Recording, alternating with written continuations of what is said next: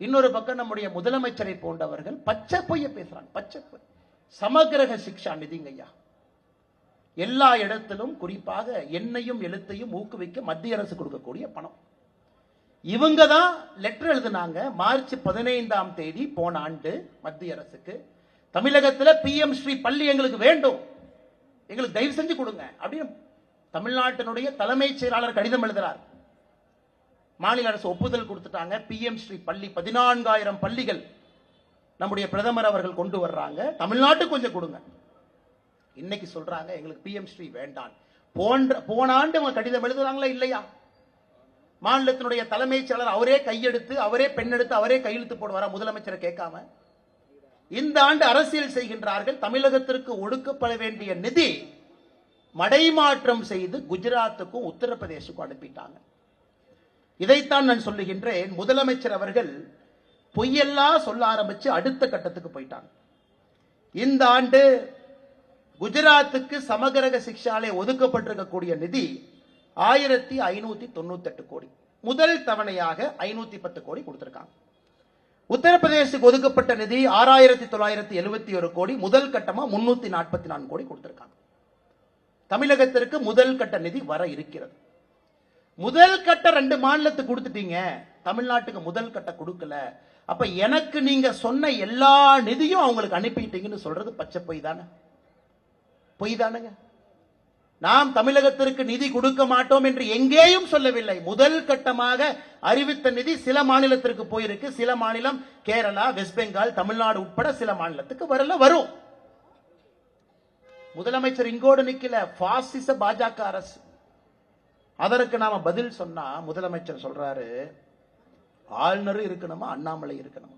2 பேர் இருக்கணுமா? பாருங்களேன் அநியாயத்தை பாருங்க. ஒரு மனிதனுக்கு எப்ப வாய்க்கொழுப்பு அதிகமாகிறதோ அந்த மனிதனுடைய அழிவு ஆரம்பமாகிறது என்கிறது பொருள். வாய்க்கொழுப்பு அதிகமாக இதெல்லாம் ஆணவத்தினுடைய உச்சம். ஆணவத்தினுடைய உச்சம்.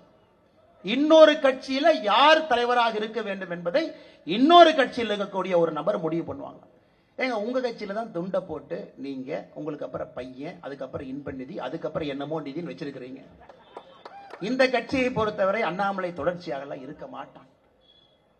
ஒரு தலைவர், ஒரு தலைவருக்கு பின்பு ஒரு தலைவர், எல்லா தலைவரும் இணைந்து இந்த வேலையை செய்வதுதான் அந்த கட்சியினுடைய அடிப்படை பண்பு. ஆனா அண்ணாமலை இங்கேயே தான் இருப்பான். எப்ப வரைக்கும் இருப்பானா, அறிவாலயத்தில் இருக்கக்கூடிய ஒரு செங்கலையும் உருவி எடுக்கும் வரை இங்க இருப்பான். உருவி எடுக்கும் வரை.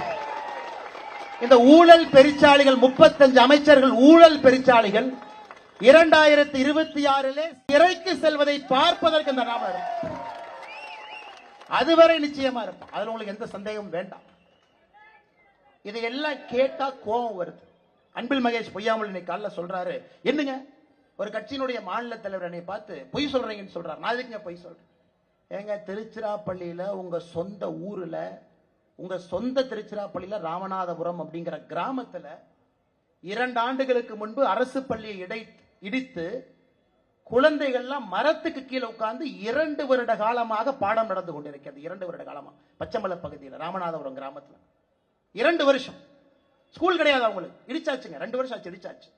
மரத்துக்கு கீழ் என்னுடைய முகநூல்ல அந்த வீடியோவை போட்டிருந்தங்க ஐயா. குழந்தை பார்க்கணும் நீங்க அந்த வெயில் எப்படி நிக்கிறாங்க.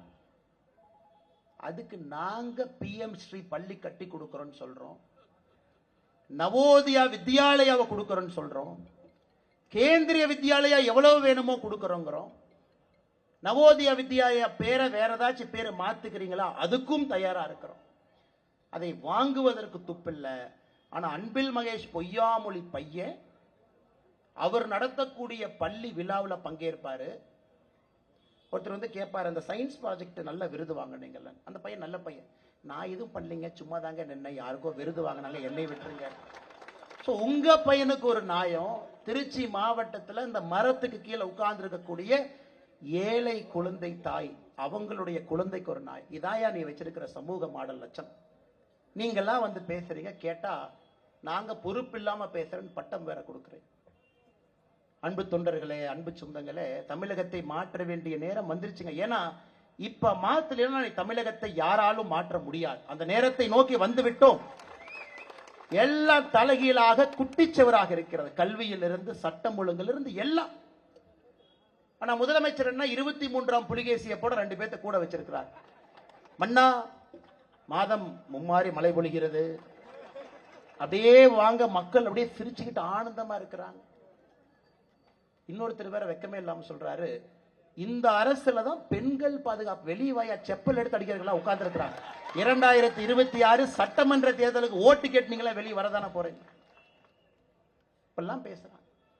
அன்பு சொந்தங்களே, நாம் அனைவரும் இணைந்து இந்த கூட்டத்திலே நாம் பேசக்கூடிய கருத்துக்களை எல்லா மக்கள்கிட்ட எடுத்துட்டு போனோங்க. அதான் அந்த கூட்டத்தினுடைய நோக்கம்.